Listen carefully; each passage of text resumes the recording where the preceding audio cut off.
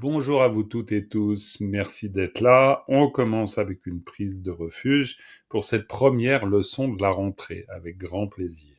Sangye che tang tsoge cho nam la chang chum paratu dani kyapsu chi dagi jinso gipe se nam ki rola penchir sangye dru parai sho. Voilà. Alors, j'espère que je vous retrouve en forme. Vous avez l'air en forme, et j'espère que c'est le cas, pas seulement l'air, et que vous avez passé un bel été. Alors, je sais pas si vous avez fait beaucoup de tibétain, peut-être pas, peut-être oui. De toute façon, moi, j'en ai pas fait beaucoup. Disons, j'en ai fait forcément, parce que j'ai dû traduire, et je m'en suis servi tous les jours presque. Mais disons, quand même. Voilà. À part ça, l'idée, c'est surtout de recommencer maintenant, de recommencer là où on s'est arrêté la dernière fois. Alors moi, j'avais un petit doute, j'ai pensé que c'était à la leçon 64, mais il se trouve que c'est la leçon 65, semble-t-il. Je fais confiance à Dominique qui a noté, j'espère qu'on a juste noté les mêmes choses. C'est-à-dire qu'on commencerait ici avec cet exercice de lecture. Je vous rappelle bien sûr que c'est dit ici, hein, suite de l'étude du sutra que nous reprenons depuis le début. Dans cette leçon, nous étudions le deuxième extrait du sutra à la suite du premier présenté lors de la leçon 64. Alors, le découpage n'est pas du tout le même, parce que là, on peut se permettre d'avoir des beaucoup plus grandes parties, parce que, ben voilà, on n'en est pas à l'étude juste du Kakaganga. Donc, on a un exercice de lecture avec ce segment-là, et je vais vous demander ce que l'on fait toujours ensemble d'habitude, c'est-à-dire d'abord lire avec une petite ou une grande, idéalement, insistance sur les groupes de mots. C'est-à-dire faire en sorte, qu'est-ce que je veux dire par groupe de mots, du point de vue de la méthode. Les groupes de mots, ça veut dire que quand je lis un texte, par exemple, Tene, je fais une petite pause. Donc Tene, c'est un groupe de mots. Le groupe de mots peut être extrêmement court. Mais si vous prenez cette habitude qui consiste à isoler les groupes de mots, vous isolez aussi le sens associé au groupe de mots. Comme en français, quand vous dites derrière la maison, il y a un arbre. Quand vous dites derrière la maison, vous avez une idée globale. D'accord? Donc c'est ce que j'appelle un groupe de mots. Il y a, c'est un autre groupe de mots, et un arbre, c'est encore un autre groupe de mots. Donc, on parle par association d'idées. En tibétain, pareil. Tene, tse tang denpa, sharipu, ou tse tang denpa sharipu, c'est une possibilité aussi. D'accord?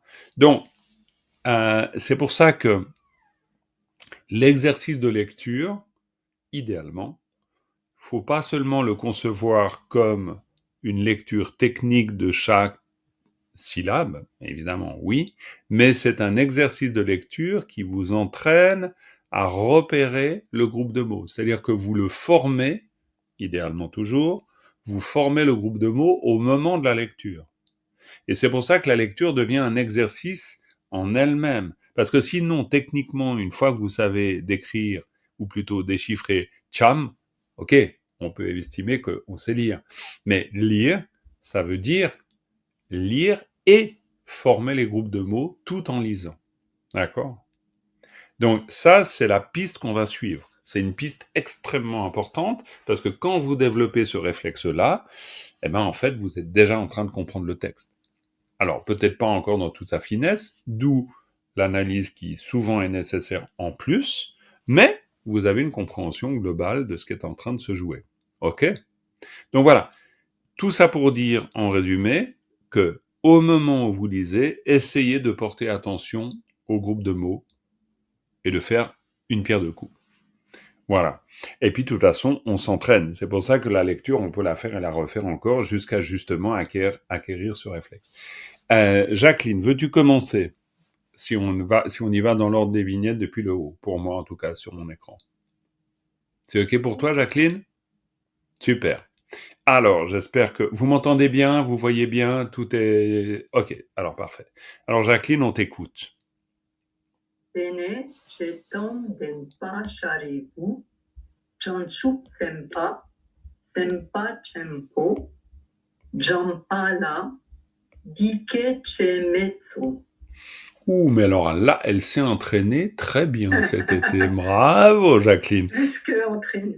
Plus que entraînée. Ah bah alors là, ça se sent tout de suite. Mais alors, c'est sûr, parce que voilà, si tu veux bien, tu nous redis toute cette phrase tranquille.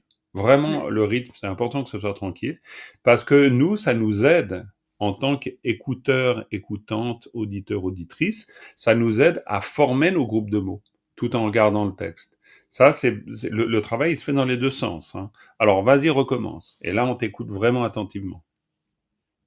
Tene, setan denpa sharibu, chanchu sempa, sempa chempo, jampala, dike chemetsu.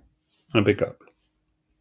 Impeccable. Et alors, évidemment, on pourrait, quand vous travaillez le texte, vous pourriez tout à fait le redire encore jusqu'à vraiment faire qu'au moment où vous dites le groupe de mots, vous dites le sens. C'est-à-dire, tene, tsetanden sharipu. Alors là, je vais juste corriger 2-3 petits trucs de prononciation, mais c'est pas grand-chose.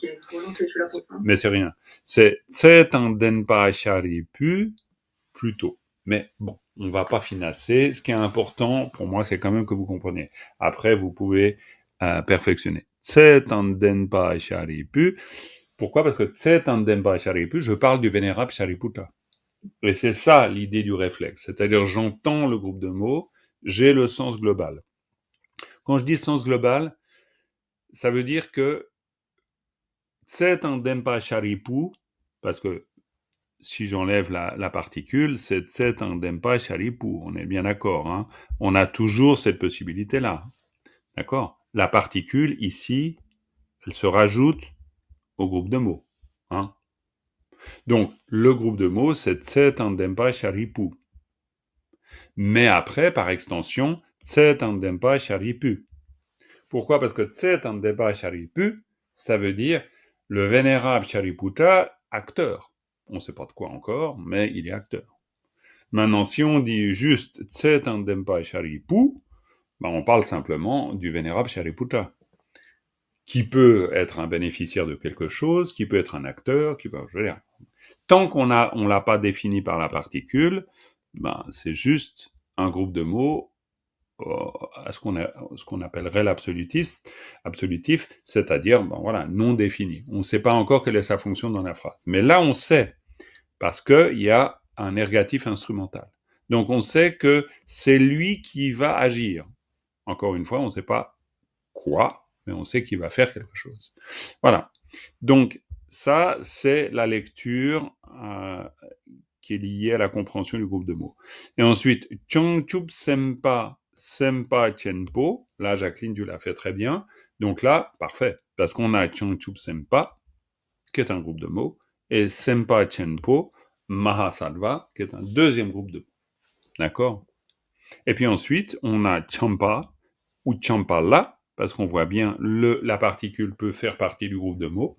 Vous avez Champa et Champala. De nouveau, ici, vous avez Champa marqué par une particule. De la même manière que vous avez Tsetandempa Sharipu marqué par une particule. Et là, si je m'amuse un peu, et j'ai envie de m'amuser un peu, je prends ici la particule ça, ici la particule là, d'accord? Et donc là, je vais pouvoir analyser rien qu'avec ça.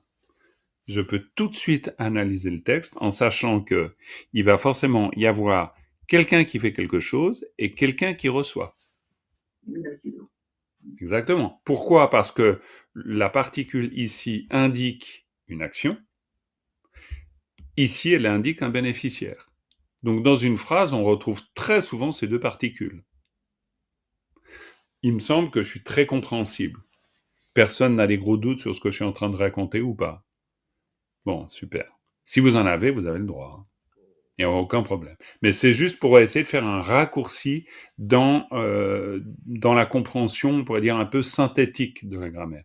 Pour pas trop se perdre. C'est-à-dire que pour nous, en termes de repères, on voit une particule qui est une particule manifestement d'action, c'est clair, c'est un ergatif instrumental, et on voit une particule, en l'occurrence c'est une particule qu'on appelle oblique, on est d'accord, mais on sait qu'elle marque le bénéficiaire, ou le lieu d'incidence. Donc, il est totalement logique de retrouver les deux particules dans une phrase. Dans la même, d'autant plus. Très bien. Donc voilà, donc sur cette base, on a des éléments très importants. C'est parfait. Donc, j'ai juste une question. oui, Par bien sûr. rapport à la particule du bénéficiaire et le lieu d'incidence, c'est toujours dans cet ordre ou ça aurait pu être inversé? Alors, très bonne question. Non, c'est une très bonne question. Donc, on peut imaginer, on a X, on a la particule, d'accord, hein, l'ergatif instrumental, et puis on a X et on a la particule du bénéficiaire, on va le dire comme ça. Eh ben, en fait, ça veut dire que là, on a un groupe, et puis là, on a un deuxième groupe. On est d'accord. Donc, de la même manière, on peut dire, admettons, on va dire Tachi qui donne à Pema. Hein, parce que Tachi, c'est le donneur, Pema, c'est le receveur. Vous êtes d'accord qu'on est exactement dans ce cas de figure? D'accord. Donc, Tachi donne, on pourrait dire une pomme, hein, histoire d'avoir un objet, mais bon, voilà. Donne à Pema, ça suffit aussi. Hein. Donc, Tachi donne à Pema, ou donne une pomme à Pema, mais on peut aussi dire, à Pema, il lui a donné une pomme. Tachi a donné une pomme. Donc, les deux sont possibles. Vous pouvez mettre dans l'ordre que vous le voulez. Maintenant, pourquoi on va mettre dans un ordre et pas dans un autre? C'est pour donner à on pourrait dire comment on appelle ça? Comme une forme de préséance. Non, c'est pas tout à fait une préséance. Non, parce qu'une préséance, ce serait juste une marque de politesse. C'est une... Pardon? On donne un accent sur le premier. Absolument. Je trouve pas le terme en français pour dire donner un accent, mais vous avez compris l'idée. C'est-à-dire que si je dis à Paris, il faut y aller en voiture, d'accord? Eh ben, c'est parce que peut-être que dans le contexte, je suis en train de parler des différentes villes et des manières d'y accéder le plus facilement possible. Donc je dirais dans ce cas-là, bah à Toulouse, si vous y allez comme ça, c'est mieux. Par contre, à Paris, allez-y en voiture. Donc là, je vois bien que dans ma construction, même en français, je suis cet ordre. Alors évidemment, j'ai pas de rapport conscient à la construction de la langue comme ça, mais je le capte comme ça en l'exprimant. Alors que si vous dites il faut aller en voiture à Paris, bah parce que là, je suis en train de parler des moyens de locomotion et j'ai envie de mettre l'accent sur le type de locomotion. D'accord? Aller en voiture à Paris, c'est plus pratique que d'aller en vélo à Paris. Donc comme en français, je vais mettre l'accent. Voilà, je vais y arriver. Je vais mettre l'accent sur ce qui me semble important dans ma phrase. Donc ici, pour reprendre cette logique-là, simple, qu'on peut discuter, hein, mais elle vaut quand même, elle est un peu intéressante.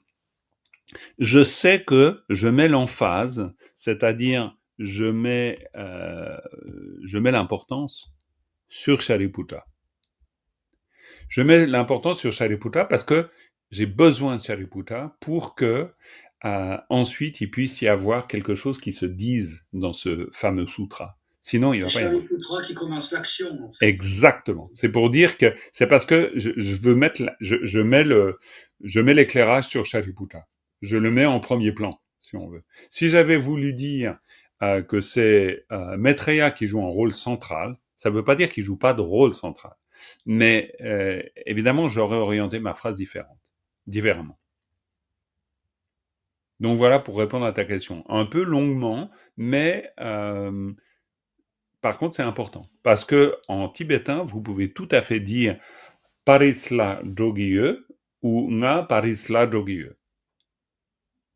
Donc la phrase c'est la même. Vous allez à Paris, mais ben voilà, l'ordre d'apparition dans la phrase donne l'ordre d'importance des éléments de la phrase. Pareil ici. Voilà. Et puis alors donc Champala. Hein, Champala, on s'arrête parce que Champala, vous faites une pause parce que c'est à lui. Hein, à lui, on lui donne quoi? Voilà, Champala. Dikeche, Alors, dikeche meso. Là, vous pouvez faire. Alors là, tu t'en es très bien sorti parce que tu as dit dikeche meso, ça marchait bien. Mais si on veut faire vraiment de groupe, dikeche meso. Meso, parce que meso, ça veut dire exprimer, parler. Puis dikeche, ça veut dire cette parole-là. D'accord? Donc là, on a le groupe de mots. Avec une petite précision sur le so. Sanaro so, qui est une particule finale. Je vous rappelle la règle de la particule finale. La règle de la particule finale veut que quand vous la placez, c'est la fin du paragraphe. D'accord? Ça veut dire que c'est la fin de l'idée. Une barre n'est pas forcément la fin du paragraphe. Mais une particule finale, oui. Donc, ça s'arrête là. Voilà. Si on doit faire une césure dans le sutra, on peut très bien s'arrêter là. On ne s'arrêtera pas avant. Ok? Voilà. Ben, c'est déjà, c'est parfait. Et puis en plus, c'est tout simple. Donc, c'est facile. Vous avez tous compris. Vous comprenez le sutra de la pousse de riz. Non, mais vous vous rendez compte. Quand même, c'est génial, ça. Ah ben, c'est vrai. Alors, Dominique, on va aller dans l'ordre des vignettes. Ouh, oh là là, qu'est-ce que je dis? Voilà, même carrément fermé le micro, elle veut plus me parler. Ça va être la catastrophe. Bon, la catastrophe, c'est pas la catastrophe, vas-y. Mais si, ça va être la cata. Ouais, c'est pas la catastrophe, je suis sûr que ça ira très très bien. Vas-y tranquille, on est avec toi. De toute façon, nous, de notre côté, on t'écoute et on fait les corrections qui s'imposent pour nous. C'est-à-dire, on refait nos groupes de mots tels qu'on doit les faire. On t'écoute. Alors, Champa Tengdir.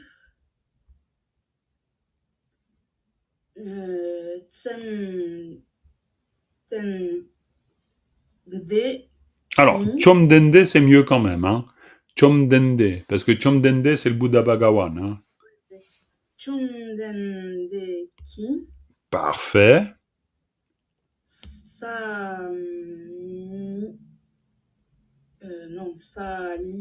Salut, Jangpa, là. Salut, oui, le Agigui, comment on le dit? Et le Agigui, on dit salut, Jangpa, là. Salut avec un Agigui, ça donne salut, Jangpa. Salut, Jangpa, là. Ouais, salut, Jangpa, là.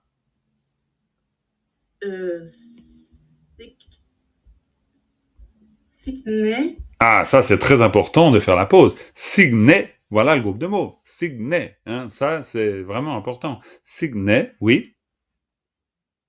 Telong Namla. Gelong Namla, c'est beaucoup mieux que Telong Namla, mais bon, c'est pareil. Parfait. Gelong Namla. Dodi. Voilà, le groupe de mots est fait. Et Songso. Et Sungso, le groupe de mots est fait. Alors, je vais t'aider et tu vas me dire chaque fois que signifie le groupe de mots. Champa, c'est quoi? Lui. Non, c'est Maitreya. D'accord? Champa, c'est Maitreya. On est d'accord? Champa, c'est Maitreya. Ensuite, Tengdir, ça veut dire à ce moment-là, d'une certaine manière. Hein? Ou en ce lieu. Voilà. Ensuite, Chomdende ki, on voit que là, c'est le Chomdende, le Bouddha Bhagawan, mais attention, il y a une particule là, très importante. Chomdende ki, ça veut dire quoi? Je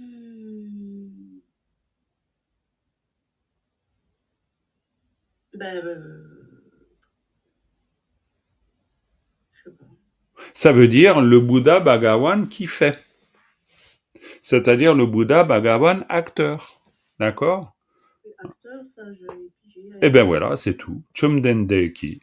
C'est tout. Chomdende ki. Le Bhagawan acteur. Il faut essayer d'être vraiment simple dans votre compréhension de ces articulations qui permettent d'être faites grâce aux particules.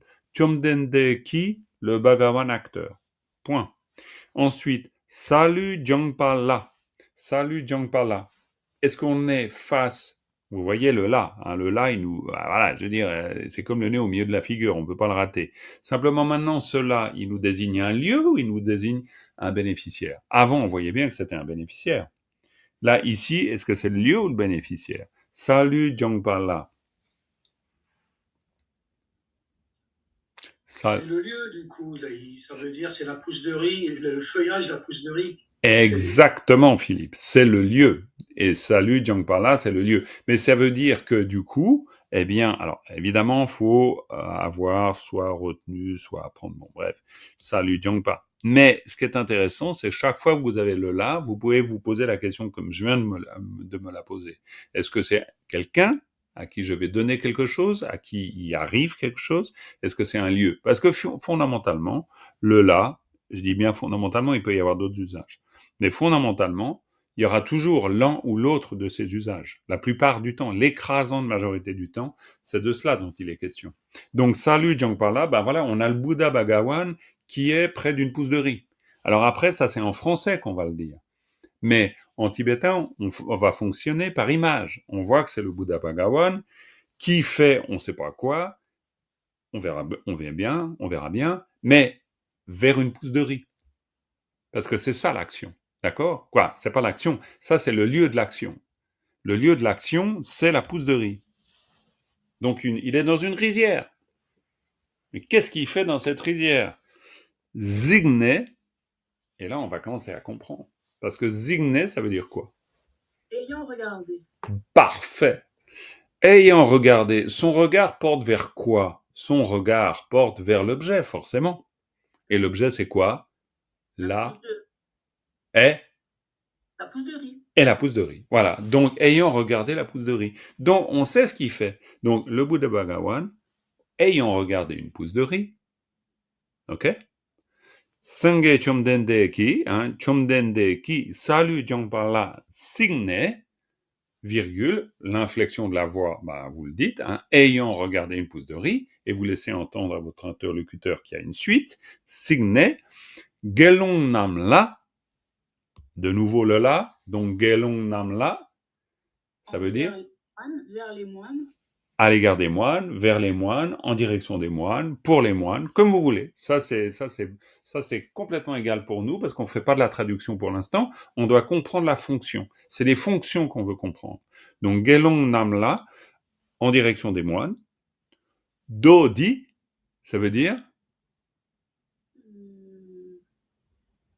Ce sutra. Ce sutra. bravo, ce sutra. Dodi, Sungso, qui veut dire Enseigner. absolument, enseigner, énoncer, parler, dire, ce que vous voulez. Parce que ça, encore une fois, on n'en est pas à la traduction. Donc, ce qui importe, c'est de comprendre la fonction des éléments. Ben, c'est parfait. C'est-à-dire, Champa, Tengdire, Chomdende ki, Salu, Champa la, Signe, Gelong namla, Dodi, Sungso. D'accord? Et quand vous lisez, quand je vous disais que la lecture, c'est un exercice de compréhension. C'est-à-dire que quand vous lisez de cette manière-là, vous êtes déjà en train de comprendre ce que vous êtes en train de dire. Yes, Patrice, excuse-moi. Dodi Sungso. Dodi, on a expliqué ce sutra, mais le di ne fait pas référence à ce qui va suivre, plutôt? Non. Bah, c'est-à-dire à ce qui va suivre, dans le sens, il va bien parler de ce sutra plus tard, on est bien d'accord. Mais Dodi, on parle de ce sutra-là.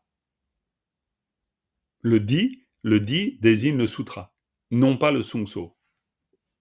Parce que moi, j'essaie de faire la différence entre di et te, comme au début, t'es né à partir de cela, mais cela qui précède, et di, c'était ceci qui va suivre dans ma tête. Non. Si tu dis... Oui, bien sûr, on peut comprendre di comme proche et puis te comme éloigné, mais dans l'usage, si tu dis chokse di, tu parles de cette table. Tu le dis comme ça en tibétain. C'est-à-dire, si tu veux désigner un objet, tu mets le démonstratif après l'objet. D'accord. Mais, rappelez-vous de ce que je vous ai dit avant. Et là, ça va être éclairant. Avant, je vous ai dit que l'ordre des mots dans la phrase donnent leur importance aux mots, on pourrait dire de la plus grande importance à la moindre importance. Attention, faut pas être carré avec l'explication, parce que ça veut pas dire qu'il y a un élément qui importe pas du tout. Mais en fonction de ça, ou en vertu de cela, si on dit do dit, ça veut dire ce sutra-là, d'accord? C'est de celui-là dont on parle. Si, regarde, je vous fais un exemple très simple. Si je dis di, do, ré, ça, c'est un sutra. Ok? Di. Alors, là, vous avez juste à suivre bêtement, je dirais, et vous allez comprendre. Di, ça, di, do, ré. Ça, sutra, c'est. D'accord? Ça, c'est un sutra. Donc, mon emphase, je le mets sur ça. Vous captez? D'accord. Donc, pourquoi je mets mon emphase sur ça? Parce qu'il y a une question induite. Alors là, par contre, il faut vous accrocher un peu plus. Qu'est-ce que je veux dire par question induite? Ça veut dire que quand je dis di, do, ré, ça veut dire que, vu que je mets mon importance sur ça, di, do, ré, d'accord? Ça, sutra, est, ça veut dire que la question induite, c'est qu'est-ce que c'est? D'accord? Si je me pose la question de qu'est-ce que c'est, je vais répondre en disant ah bah ça, c'est un sutra. D'accord? Parce que je mets mon emphase sur ça. Donc ça veut dire que la question pour moi, elle porte sur ça. Donc je m'exprime quant à ça. Vous voyez? Vous m'avez suivi? Je vous ai pas paumé? En route? Ça va? Tout le monde est là? Induit, ça veut dire qu'on fait référence au contenu de la question précédente. Exactement, c'est pour ça que je parle d'une question induite. Parce que tu peux pas dire, même en français c'est pareil, tu peux pas dire ça c'est une table si tu t'es pas posé la question de l'identité du ça. C'est impossible. Sinon tu dis, regarde, tu le dis dans l'autre sens. Tu dis, si tu dis ça c'est une table, c'est parce que tu t'es demandé ce qu'était ça. Ça c'est une table. Maintenant, si tu dis comment dire? Cette table, ce sera une désignation. Exactement. Cette table, ben, voilà, cette table, ben, c'est évident que c'est une table. Je veux dire, tu n'as pas besoin de te reposer la question. Cette table, elle est où? Hein? Cette table dont on a parlé, elle est où, si tu veux? Donc, tu vois bien que même en français, ça fonctionne pareil. C'est-à-dire, l'ordre des mots va donner son importance aux éléments de la phrase. Et une importance très différente. Donc, quand on dit dodi, ça veut dire ce sutra. C'est pas ça, c'est quoi? Di, do, ré. Tu peux très bien dire ça. Ça, c'est un sutra. Di, do, ré. Mais tu peux dire aussi do, di, ce sutra. C'est-à-dire que ce sutra, voilà, tu sais que c'est de celui-là dont tu parles. On n'a pas besoin de se demander ce que c'est. On sait que c'est un sutra. Et le dit est là pour un problème de grammaire, finalement. Ouais, il est juste là pour, encore une fois, simplement désigner qu'on parle bien de ce sutra-là et pas d'un autre. De la même qu'on utilise les démonstratifs chez nous, en français. Oui. À part qu'ici, l'ordre, il faut retenir qu'il est inversé. Complètement. On dit cette table ou cette table-ci, et on voit bien que, par exemple, rien qu'en jouant sur l'inversion, on va infléchir, en fait, ce qu'on veut dire d'une manière différente. On va lui donner un peu plus d'importance. Si on dit cette table, c'est banal. Je veux dire, c'est entendu par tout le monde. Mais maintenant, cette table-ci, je parle de cette table-là. Hein, je parle d'une table précise. Et donc, si je veux préciser, évidemment, je joue sur les inversions.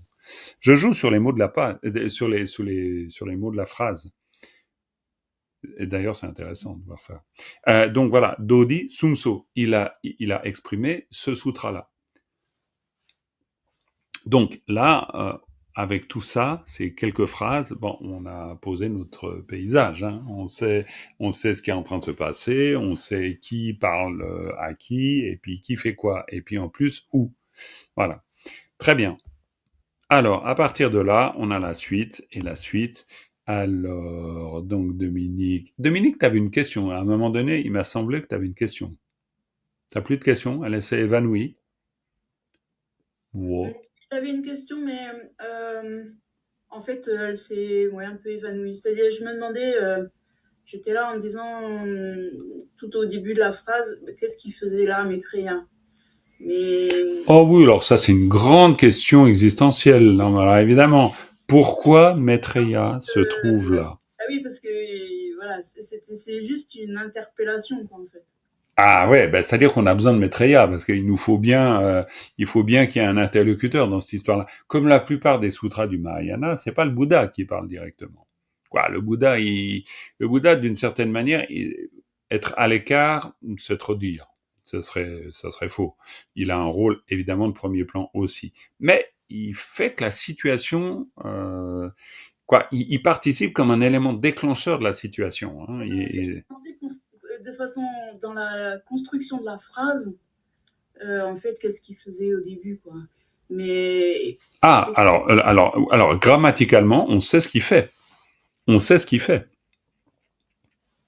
C'est-à-dire, on sait que Champala, c'est-à-dire Maitreya, Maitreya, c'est celui à qui on parle.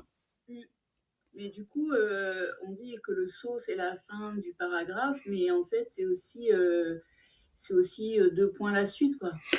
Non, c'est la fin du paragraphe dans le sens où on a énoncé une idée qui tient debout. C'est-à-dire, on n'a pas besoin d'une deuxième phrase. Si par exemple tu dis ayant acheté des pommes, ma phrase elle n'est pas terminée.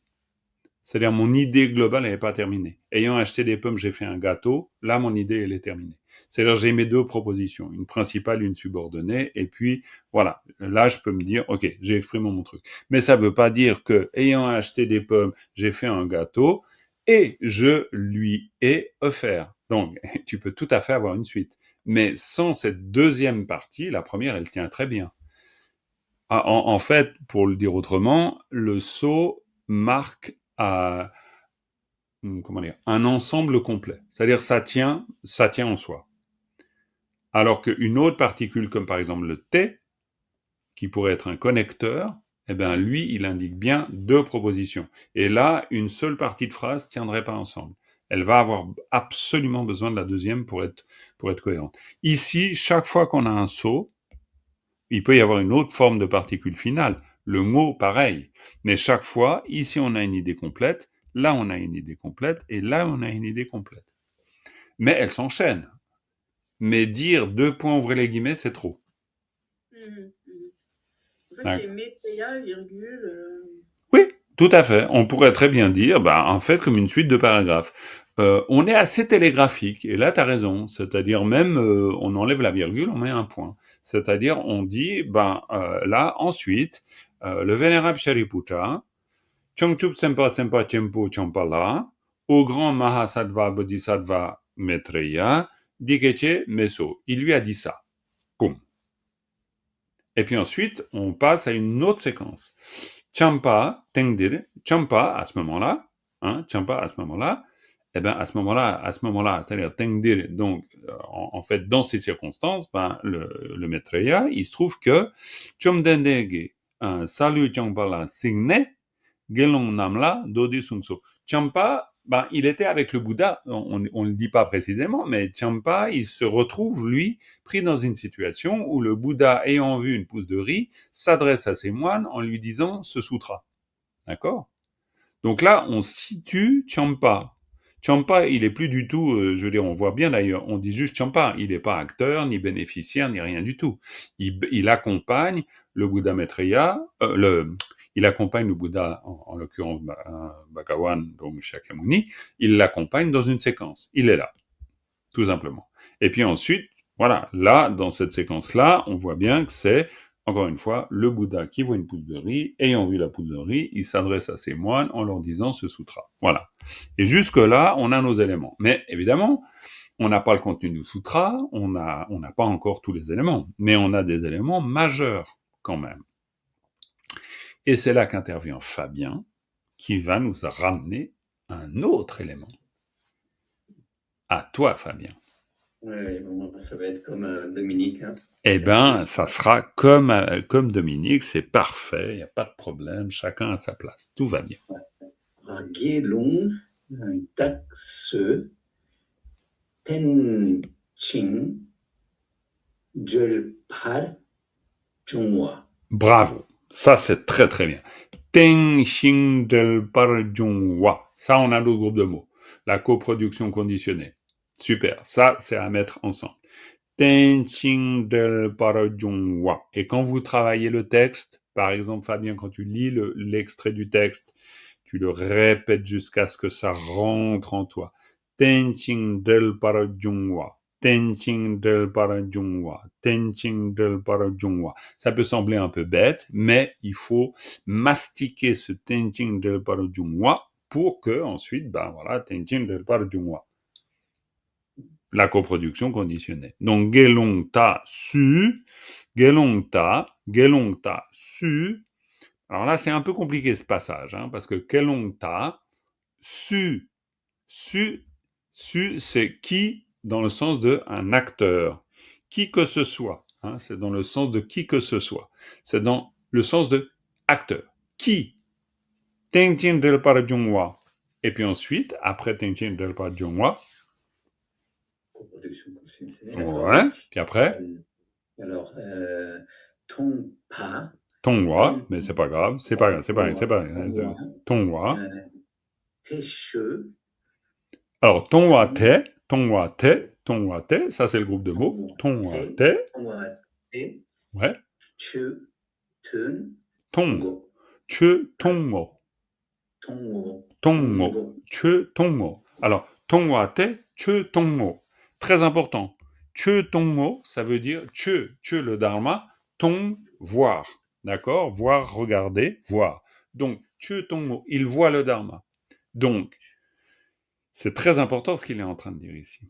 Il dit Tenchin del Parajungwa Tongwa te. Tongwa te, ça veut dire par la vision de cette coproduction conditionnée, d'accord? Eh bien, Che Tongo, on voit le Dharma. D'accord? On va s'arrêter un peu sur cette phrase, elle est extrêmement importante. Patrice, dis-nous. Je vois que tu as levé la main. Oui. En revenant au début, Gelung dak. Dak. Dans le vocabulaire, on met particule vocative. Tu peux en dire un peu plus? Oui, c'est un peu comme une interjection. C'est-à-dire Gelongta. C'est un peu comme si on s'adresse aux moines en les interpellant. Dans ce sens-là. Un peu comme si on disait moine, mais avec une intonation impérative. Absolument. C'est du genre moine avec un point d'exclamation. Oh, moine! Hein, vocatif dans ce sens-là. Hein, c'est-à-dire, on est, on est dans une interjection, on est, voilà, oh, moine! Hein? Ok, on interpelle. On interpelle. Gelongta. Su. Puis là, on fait alors là, c'est très concis, parce que Gelongta, su, mais c'est littéralement, Gelongta, c'est les moines. Hein? C'est un peu comme dire, et vous? D'accord? Le Bouddha, petite parenthèse, le Bouddha se déplaçait toujours avec ses moines. Donc, il est avec ses moines. Donc, il interpelle les moines. On voit, le sutra est très, très vivant. On voit le Bouddha, il est là, il est assis, il est dans une rizière, il voit une pousse de riz, et puis, voilà, c'est tout simple, en fait, au départ. Puis, tout à coup, il leur dit, au fait, les moines, si vous regardez la pousse de riz, et que vous comprenez la coproduction conditionnée qui permet le fait que la pousse de riz se manifeste, alors vous avez vu le Dharma. C'est ça qu'il leur dit. Donc, le début de ce sutra pour moi, il est merveilleux. Quoi, je veux dire, c'est incroyable. Il est exactement comme quelqu'un qui dit, vous avez bien vu cette pomme? Ben, si vous avez bien vu cette pomme, vous avez compris le mystère de l'univers. Il est en train de nous dire ça, hein. Il dit pas autre chose, hein.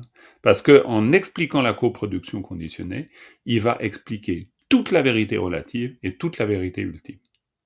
Il va expliquer le pourquoi des choses. Donc, ce moment du sutra est un moment crucial. C'est crucial. Ce dak n'a rien à voir avec un pluriel, alors. Alors, très bonne question. Je suis pas sûr qu'on puisse dire rien à voir. Parce que justement, il est avec ses moines. Donc, on sait qu'il y a les moines.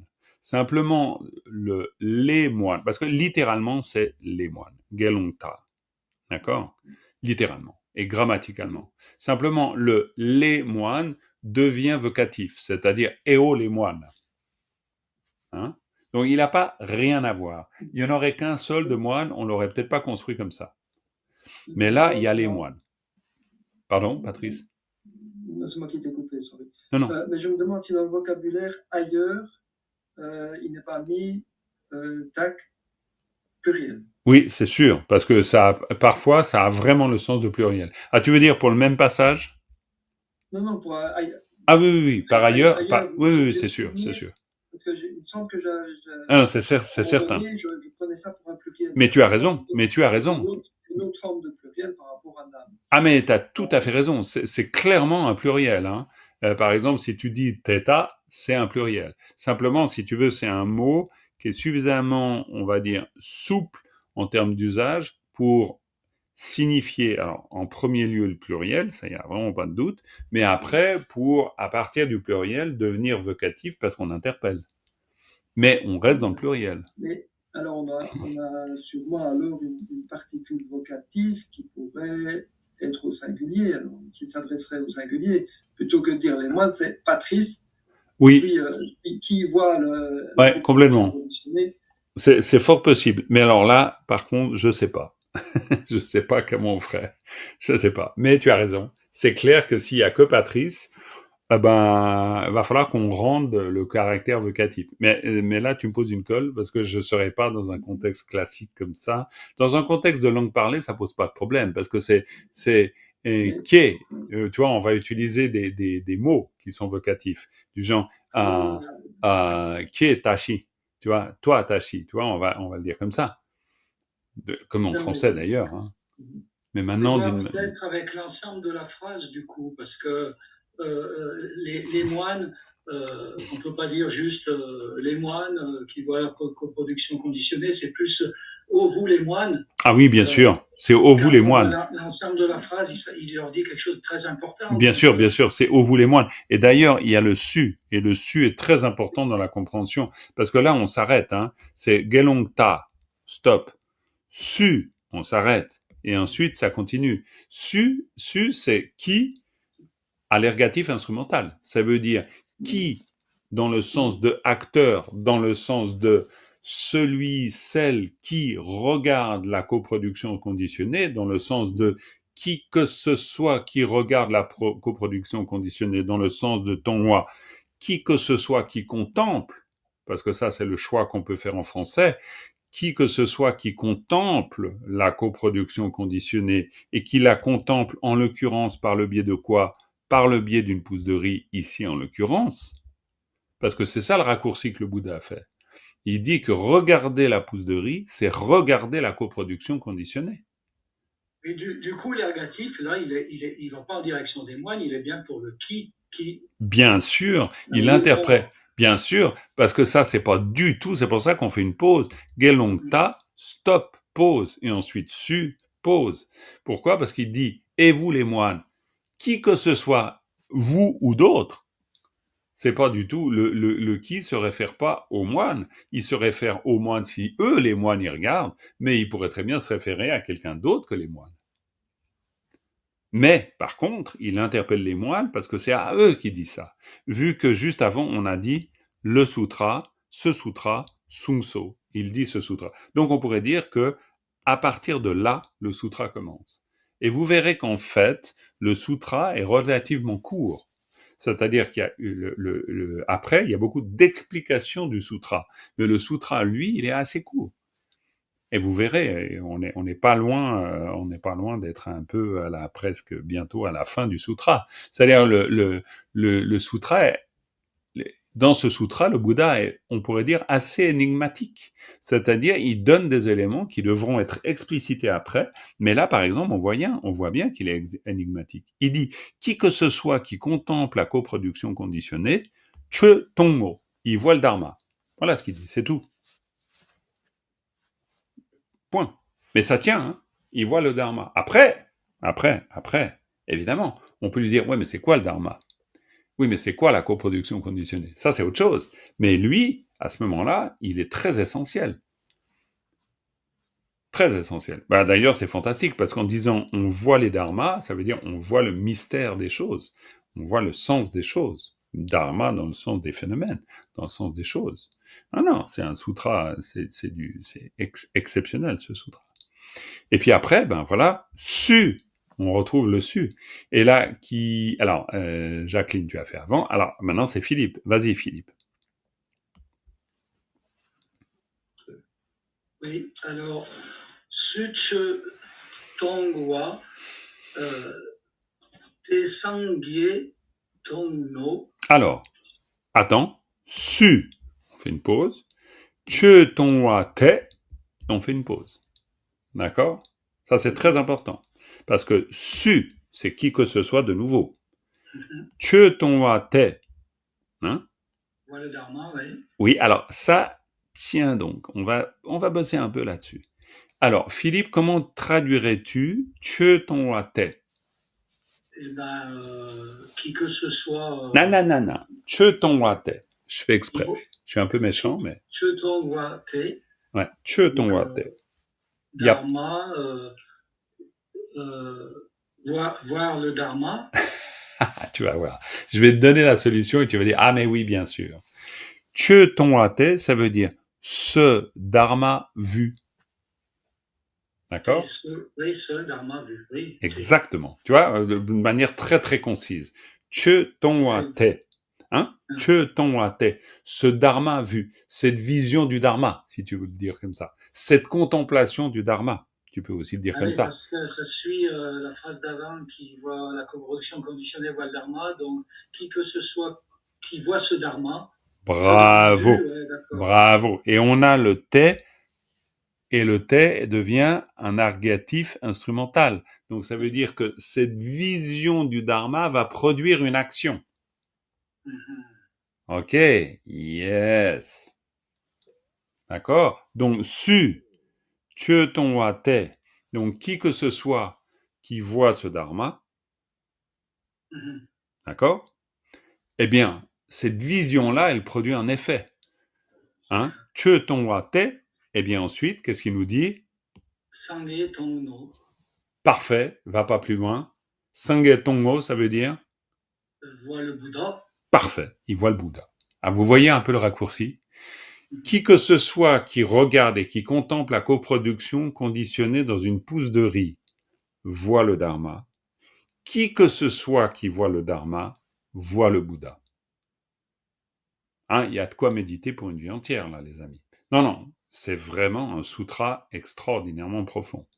Parce que là, je veux dire, là, c'est comme si on avait une carte ésotérique. Je veux dire, à partir de là, il faut décrypter.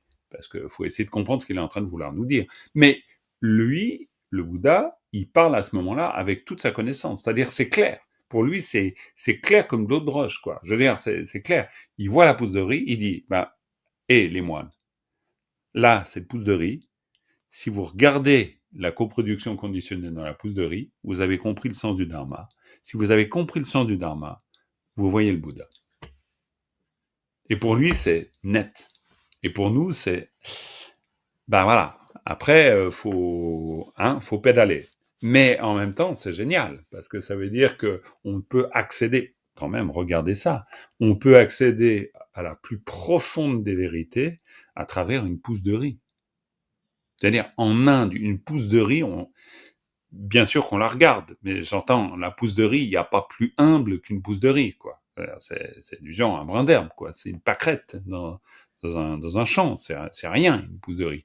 Quoi, c'est tout, évidemment, mais c'est rien. C'est un peu comme s'il nous disait, si vous êtes attentif à l'infime sous vos yeux, eh ben, vous voyez le mystère des choses, quoi. C'est ce qu'il est en train de nous dire, quand même. Ok? J'ai une question. Pourquoi on reprend le no? Oula, là, tu as eu raison de dire le nio. Tiens, là, tu réveilles mes ardeurs. Comment on dit ça? Le comment? Le No. Le No. Le No. Le no? Non, ça c'est du théâtre japonais. Non, le No. Hein? No. Ngo, encore une fois? No. Ah, ça va beaucoup mieux. Oui, le ngo. Alors maintenant, tu peux poser ta question. Voilà, vas-y. Alors pourquoi est-ce qu'on le reprend là. Pourquoi est-ce qu'on le reprend? Dieu. Alors, très bien. Parfait. Évidemment, il était considéré comme étant une particule finale. Donc, oui, tu as raison. Donc, on est parfait. Donc, Tongmo, ça tient tout seul, hein, on est d'accord? Donc, bon, bien sûr que tout ça tient tout seul, on est d'accord aussi. Mais Tongmo, ça veut dire il a vu, d'accord? Donc, on est au bout du truc. Ici, Su, Tongwa Te, Sange Tongmo, parce que on réutilise la même particule finale pour le même verbe. C'est-à-dire que le ngo, le nga naro ngo, est la particule finale qui s'accorde très bien avec un tong, tout simplement. Mais pour bien marquer que c'est chaque fois une séquence différente. C'est bien compris? C'est OK pour toi, Dominique, comme explication, ou ça va pas? Il te faut une... Oh, OK, alors ça va pas. Donc, ici, regarde, c'est simple. Chaque fois que tu as tong et que tu veux dire qu'on est à la fin de cette séquence où il est question de tong, c'est-à-dire de voir ou de contempler, tu prends la particule finale qui se rapporte au tong, c'est-à-dire le nga. D'accord? Tout simplement. Donc, tu le retrouves ici parce que là, tu es à la fin d'une action, de la même manière. De la même façon, c'est-à-dire su, tue ton wa te, sange ton mo. Et puis ensuite, she de ke ka tsel ne, ça, ce she de ke ka tsel ne, ça c'est autre chose, qui se rajoute à la fin de la séquence. Ce qui prête à confusion, c'est qu'il n'y a pas la barre de fin. Là aussi. Ah, mais c'est pour ça que, oui, alors toi, c'est très intéressant ce que tu dis, Philippe. C'est parce que, alors, ça me permet de revenir à des choses que je vous ai dites à peu près des milliards de fois, mais j'en profite pour le rappeler. La particule, c'est un marqueur grammatical, ça c'est sûr, mais c'est aussi un marqueur dans le sens d'une marque de ponctuation. Vous vous souvenez que je vous en ai parlé de ça? Eh bien, c'est exactement pourquoi on peut, en tibétain, ne pas mettre un point. Parce que la particule en elle-même toute seule indique la ponctuation. Donc, quand vous mettez un mot, même si c'est apparemment au milieu d'une phrase, parce que c'est apparemment au milieu d'une phrase, c'est pas tout à fait au milieu d'une phrase. Là, vous êtes dans un discours rapporté. Mais à partir du moment où tu mets un mot ici, apparemment dans le milieu de la phrase, tu es en train de dire qu'en fait, ce shedeke katselne qui est, on rapporte un propos qui a été dit, eh bien, le mot indique la fin du propos que l'on rapporte. C'est-à-dire que le Bouddha cesse de parler ici. D'accord? Là, il a fini de parler, le Bouddha. Et puis ensuite, alors c'est clairement, c'est la marque du discours rapporté. Hein. Je veux dire, là, il n'y a pas de mystère, quoi. C'est-à-dire que vous citez, vous êtes en train de citer, en disant vous êtes en train de citer la parole dite par le Bouddha. Ok? Le propos dit par le Bouddha. Donc, te, c'est cela qu'il a dit, hein, ce propos, si vous voulez, hein, on peut très bien le traduire comme ça, ce propos, hein, ce propos, shete, ka, shete, teke, hein, ke, c'est cette parole, ce propos dit, ce propos parlé, ka tselne, énoncé, par exemple, ce propos qu'il a énoncé, d'accord, ce propos qu'il a énoncé, puis après, vous avez la suite. Ok? Patrice, t'as fait de l'analyse ou pas? Si, t'en as fait. Le nez, on a une particule, ça, après le... Non. Ah, alors là, le nez, bien sûr, c'est une particule très importante. C'est la fameuse particule ablative, hein. Lait ou nez. Alors, nez, autant le mot que marque de ponctuation indique une fin, ça indique une virgule, hein, le nez. Ça, c'est sûr, parce que le nez, c'est ayant vu cela, j'ai couru. Ayant vu un tigre, je me suis mis à l'abri. D'accord? Donc, le nez, c'est ayant. Hein? Le Bouddha ayant parlé ainsi, en gros, hein, le nez, c'est le Bouddha ayant parlé ainsi, et là, on a la suite. Là, on a la suite. C'est pour ça que là, on n'est pas du tout à la fin de l'idée. Impossible. Il va nous falloir, et là même, on n'est pas tout à fait à la fin de l'idée, mais bon, il fallait bien trouver une césure.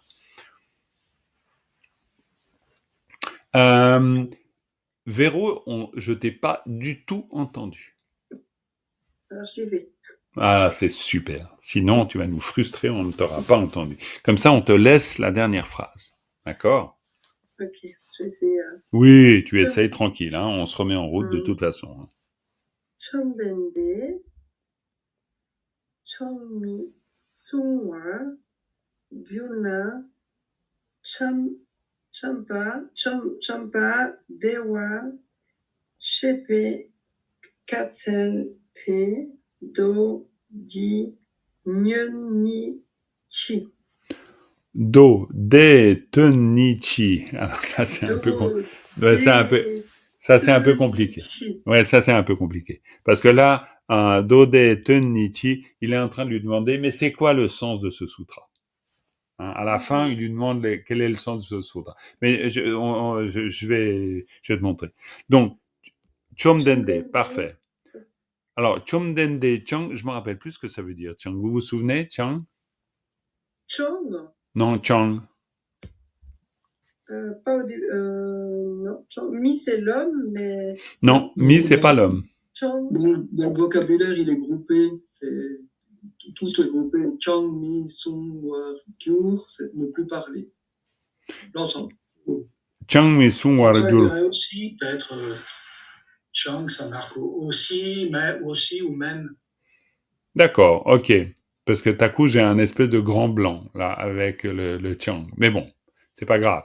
Alors, Chang, Mi, Sung, War, alors, Mi, c'est pas une personne, hein. C'est Mi, Sung, War. Si là, ça, par contre, ça, c'est très explicite. Mi, Sung, War, c'est ne pas dire. D'accord. Ça va toujours sur Mi, Sung, War, ne pas dire.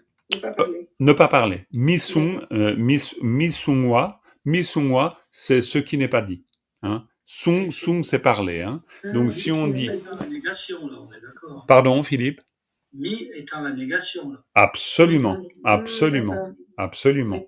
Mi, c'est la négation, hein. C'est pas une personne. Hein. Oui, ok. Oui. Merci. Juste le Chang, selon le Dico, c'est du tout n'importe quoi. D'accord. Du tout, n'importe quoi.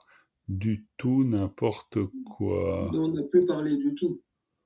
Ah oui, d'accord. Ok. Chomdende Changmi Sungwara Jurna. Ah oui, d'accord. Très bien. Ah oui, mais c'est parfait. Absolument. Donc, Chomdende Changmi Sungwara Jurna. Alors, là, le Bhagawan ne dit plus un mot. Hein, en fait, à partir de là, il est mutique. Hein, il ne dit plus rien. Parce que le na, c'est pas si. C'est le na. Ça peut avoir le sens d'une particule oblique, c'est-à-dire de quand, c'est-à-dire d'une marque temporelle. Donc, pour dire, le Bouddha ensuite reste silencieux. Hein? Mi sungwara, hein? Mi sungwara jurna, jur dans le sens il advient que le Bouddha reste silencieux après ça. Donc, Champa, on retrouve Maitreya, Champa, juste Champa, Dewara Shekpe, Katselpe Dodi, Dewara Shekpe, c'est le Tathagata. Alors là, ça c'est un peu particulier parce que le Tathagata, Dewara Shekpa, c'est le Tathagata acteur. Donc on a Champa qui dit, qui fait référence au Tathagata acteur, au Tathagata qui a parlé. D'accord? Et c'est dans ce sens-là qu'il est acteur. Dewara Shekpe, Katselpa, le Tathagata a parlé. C'est un peu comme si, imaginons, on parle à un roi à la troisième personne, et puis au roi lui-même, on lui dit, le roi a pourtant parlé. Hein? Le roi a parlé. Le Bouddha a parlé. D'accord? Le Tathagata a parlé.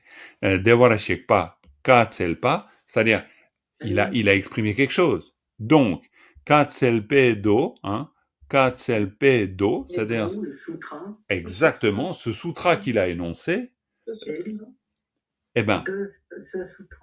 Deten, le sens de ce sutra, Hein? Do, te, ton. Ton, ça veut dire le sens. Ok? Donc, sens. Si vous dites do, te, on en a parlé avant. Hein? Do, di, do, te, etc. Hein? D'accord? Donc, ce sutra. Do, te, i, ton. Le sens de ce sutra. D'accord? Ni-chi. Ni-chi, ça veut dire quoi? C'est quoi? Hein? C'est juste une manière de dire c'est quoi le sens de ce sutra. Quel est le sens de ce sutra? Ouais, en fait, là, on a Champa qui dit, mais attendez, voilà. Le Bouddha, il s'est tué là. Là, il a arrêté de parler. Il a juste dit, qui que ce soit qui voit la pousse de riz a compris le Dharma ou a vu le Dharma, et qui que ce soit qui voit le Dharma aura vu le Bouddha. Et il reste silencieux. Il dit plus rien. Puis Champa, il est là, à côté du Bouddha.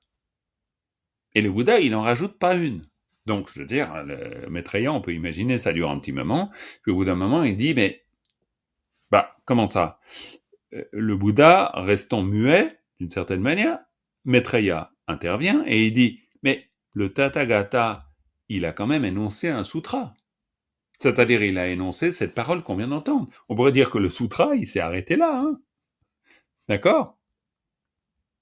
Et puis il lui dit, mais c'est quoi le sens de ce sutra? C'est quoi le sens de ce que vous venez de dire? Ce que vous venez de dire? C'est ça qu'il lui pose comme question. Et puis là, comme dans toute bonne série Netflix, la leçon de tibétain s'arrête là, et on a le sens après. Vous voyez? Parce que... L'introduction, c'est vraiment... Eh bien, bien sûr, c'est l'introduction. Et on voit très bien, et merci Véro, parce que c'est exactement le sens de Maitreya. Maitreya nous permet d'être l'élément narratif dans ce sutra qui nous introduit le sens de sutra. Il faut qu'il y ait quelqu'un qui vienne questionner le Bouddha. Si personne ne questionne le Bouddha, le Bouddha, lui, il a compris. Hein. Je veux dire, lui, il dit, voilà, vous voyez une pousse de riz, vous avez vu le Dharma. Quand vous voyez le Dharma, vous voyez le Bouddha. Et pour lui, c'est limpide. Mais évidemment, il n'y a que pour lui que c'est limpide. Donc, il faut qu'il y ait un Maitreya dans l'histoire, qui soit en plus un grand bodhisattva, pour qu'il puisse s'adresser au Bouddha, et qu'il puisse demander au Bouddha, mais expliquez-vous, parce que qu'est-ce que vous êtes en train de nous dire là, tu vois? Et le Maitreya, il joue son rôle, et grâce à Maitreya, on va avoir l'occasion d'entendre le sutra, c'est-à-dire d'avoir le sens du sutra. Et voilà cet extrait. Vous voyez, ça nous fait partir loin, cet extrait. Donc, à partir de là, on peut dire qu'on a fini cette leçon, mais on peut dire aussi que à partir de là, vous étudiez vraiment bien cette leçon. D'accord? C'est-à-dire, vous reprenez les mots de vocabulaire, les tournures, etc. Et la lecture qui intervient comme un exercice pour refaire dans votre esprit les groupes de mots. Ok? Merci beaucoup. C'est possible de le lire juste une fois? Ouais, bien sûr, je vous le lis. Tout à fait. Je vous le lis une fois, et comme ça, après, vous aurez l'occasion de reprendre cette lecture. Et la prochaine fois, on fait la suivante. Ouais, je pense que la prochaine fois, ce serait bien quand même de revenir un peu sur une forme de révision de cette lecture. Parce que là, on a été très vite, et maintenant, ce serait quand même bien d'intégrer un petit peu ce qu'on a vu. Parce qu'on a vu beaucoup de choses. C'est très riche, hein. Non, ça ne veut pas dire qu'on fera une deuxième leçon que sur ce passage, mais il faut d'abord être sûr qu'on a intégré ce qu'on a vu. Ça me semble important. Ok, je vais vous lire ce passage. Tene, tsetangden... Alors, je vous le souligne en même temps.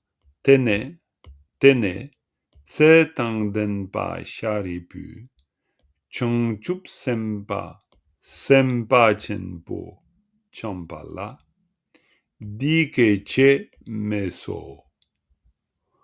Champa tengdil chomdendeki salu jongpa la zigne gelong nam la dodi sungso. Gelong ta su tenching del para jongwa tongwa te che tongo. Su che tongwa te Sangye Tongo.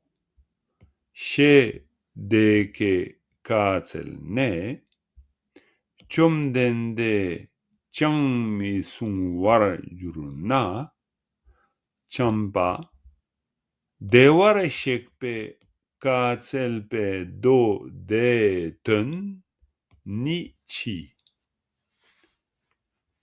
Voilà. Ok les amis. Merci, Laura. Eh bien, on va terminer avec une dédicace.